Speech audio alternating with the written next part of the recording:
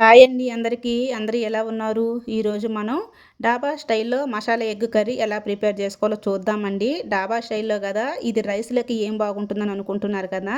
ఇది రైస్‌లోకి, ఇంకా చపాతీలోకి, పుల్కాలోకి చాలా టేస్టీగా ఉంటుందండి. ఇప్పుడు ఈ కర్రీ ఎలా ప్రిపేర్ చేసుకోవాలో లేట్ లేకుండా చూసేద్దాం.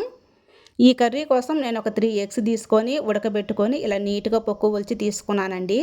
ఇలా ఉడికించిన ఎగ్స్‌కి మనం ఒక చాకు తీసుకొని ఇలా 4 వైపులా చిన్న చిన్నగా ఘాట్లు పెట్టుకోవాలి. ఇలా ఘాటు పెట్టడం వల్ల మనం ఈ ఎగ్స్‌ని మసాలాలో ఏస్తాం గదండీ! ఈ మసాలా అంతా ఎగ్గుకు పట్టి ఎగ్గు తినటానికి మనకు టేస్టీగా అనిపిస్తుంది. ఇప్పుడు ఘాటు పెట్టుకున్న ఈ ఎగ్స్‌ని పక్కన పెట్టేసి, మనం ఈ కర్రీ కోసం మసాలా రెడీ చేసుకుందామండి. దీనికోసం నేను ఒక 3 ఆనియన్స్ ఇలా సన్నగా కట్ జేసి, దీన్ని ఒక మిక్సీ బౌల్‌లో ఏసేసుకొని, దీన్ని మెత్తగా గ్రైండ్ చేసి తీసుకోవాలండి. ఇలా గ్రైండ్ చేసిన ఈ ఆనియన్ పేస్ట్‌ని ఒక కప్పులోకి తీసేసుకుందాం.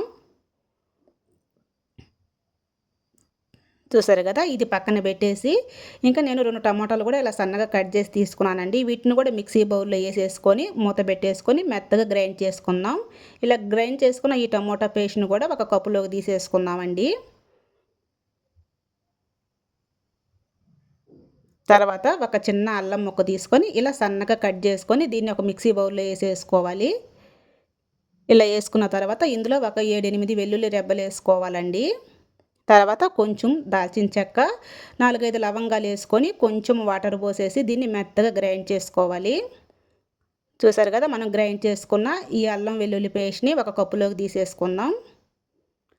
ఇప్పుడు ఈ కర్రీ కోసం నేను ఒక 3 పచ్చిమిర్చిలు కట్ చేసి తీసుకున్నానండి. తర్వాత కొన్ని కాజు పలుకులు తీసుకున్నాను. ఇంకా మనం రెడీ చేసుకున్న మసాలా అంతా ఇక్కడ పెట్టేసుకున్నానండి. ఇప్పుడు ఈ కర్రీ ఎలా ప్రిపేర్ చేసుకోవాలో చూద్దాం. ముందుగా స్టవ్ వెలిగించి కడాయి పెట్టుకొని, ఈ కడాయి హీటెక్కిన తర్వాత ఒక 3 టేబుల్ స్పూన్ల ఆయిల్ వరకు ఇందులో ఏసుకోవాలి.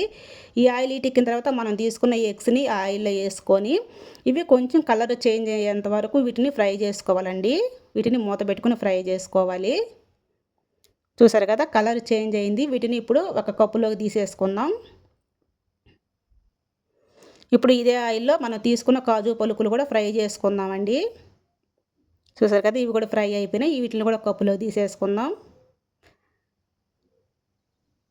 ఇప్పుడు ఈ ఆయిల్‌లో కొంచెం దాల్చిన చెక్క, 4, 5 లవంగాలు, కొంచెం బిర్యానీ ఆకు ఏసుకొని ఫ్రై చేసుకుందామండి. ఇవి ఫ్రై అయిన తర్వాత మనం తీసుకున్న ఆనియన్ పేస్ట్ ఏసుకొని ఫ్రై చేసుకుందాం.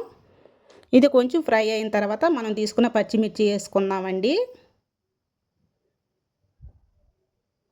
ఇలా పచ్చిమిర్చి వేసుకున్న తర్వాత ఒక 2 రెమ్మలు కరివేపాకు వేసుకొని ఫ్రై చేసుకుందాం. ఈ ఆనియన్ బ్రౌన్ కలర్ వచ్చేంత వరకు ఫ్రై చేసుకోవాలండి. చూసారు కదా! ఆనియన్స్ బ్రౌన్ కలర్‌లోకి వచ్చింది. ఇప్పుడు మనం తీసుకున్న టమోటా పేస్ట్‌ని ఏసేసుకొని ఈ మొత్తాన్ని ఒకసారి కలిపేసుకోవాలండి. ఇలా కలిపిన తర్వాత దీనిపైన మూత పెట్టేసి 2 నిమిషాల పాటు ఈ టమోటా పేస్ట్ ఆయిల్‌లో మగ్గనిద్దాం. చూసారు కదండీ! టమోటా పేస్ట్ అనేది మగ్గిపోయింది. ఇందులో మనం తీసుకున్న మసాలా పేస్ట్ ఏసేసుకుందాం. ఈ మసాలా పేస్ట్‌ని కూడా ఒకసారి కలిపేసి దీనిపైన కూడా మూత పెట్టి ఇది ఒక 2 నిమిషాల పాటు ఆయిల్‌లో మగ్గనివ్వాలండి. చూసారు కదా! మనకు మసాలా అనేది కూడా మగ్గిపోయింది. ఇప్పుడు ఇందులో మనం 2 టేబుల్ స్పూన్లు ధనియా powder, 1 table spoon chicken masala powder, 1 table spoon garam masala powder వేసుకొని కలుపుకోవాలండి. ఇలా కలిపిన తర్వాత ఇందులో 1 table spoon salt, 2 table spoon red chilli powder, half table spoon పసుపు వేసుకొని ఈ మొత్తాన్ని ఒకసారి కలుపుకోవాలండి. ఇలా కలిపిన తర్వాత ఇందులో మనం 1 గ్లాసు దాకా వాటర్ పోసుకొని ఈ మొత్తాన్ని ఒకసారి కలిపేసుకోవాలి. ఇలా కలిపి మీరు టేస్ట్‌కి తగ్గట్టు సాల్ట్ యాడ్ చేసుకోండి. నాకైతే అన్నీ కరెక్ట్‌గా సరిపోయినాయండి. ఇప్పుడు ఇందులో ఎగ్స్ మీరు తీసుకున్న కాజు పలుకులు ఇందులో వేసుకొని ఈ మొత్తాన్ని ఒకసారి కలిపేసుకోవాలి.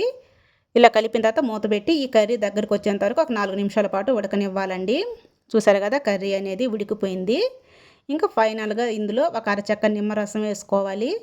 తర్వాత కొంచెం కొత్తిమీర చల్లేసి స్టవ్ ఆపేసుకొని దీన్ని మొత్తాన్ని ఒకసారి కలిపేసుకొని మూత పెట్టేసుకోవాలండి. ఇప్పుడు ఈ కర్రీని సర్వింగ్ బౌల్‌లోకి తీసేసుకుందాం. చూసారు కదా! ఎగ్గు మసాలా కర్రీ అనేది ఎంత పర్ఫెక్ట్‌గా వచ్చిందో. ఇప్పుడు ఈ కర్రీ మొత్తాన్ని ఇలా సర్వింగ్ బౌల్‌లోకి తీసేసుకొని దీనిపైన కాజు, కొత్తిమీరతో మనం గార్నిష్ చేసుకుందామండి. అంతేనండి. ఎంతో టేస్టీగా ఉండే డాబా స్టైల్‌లో ఎగ్ మసాలా కర్రీ అనేది రెడీ అయిపోయింది. మీరు కూడా ఒకసారి తప్పకుండా ట్రై చేయండి. ట్రై చేసి ఎలా వచ్చింది ఏంటి అనేది కామెంట్ చేయండి. ఇంకా ఈ వీడియో నచ్చితే ఒక చిన్న లైక్ చేసి మన ఛానల్‌ని సబ్స్క్రైబ్ చేసుకోండి. Thank you.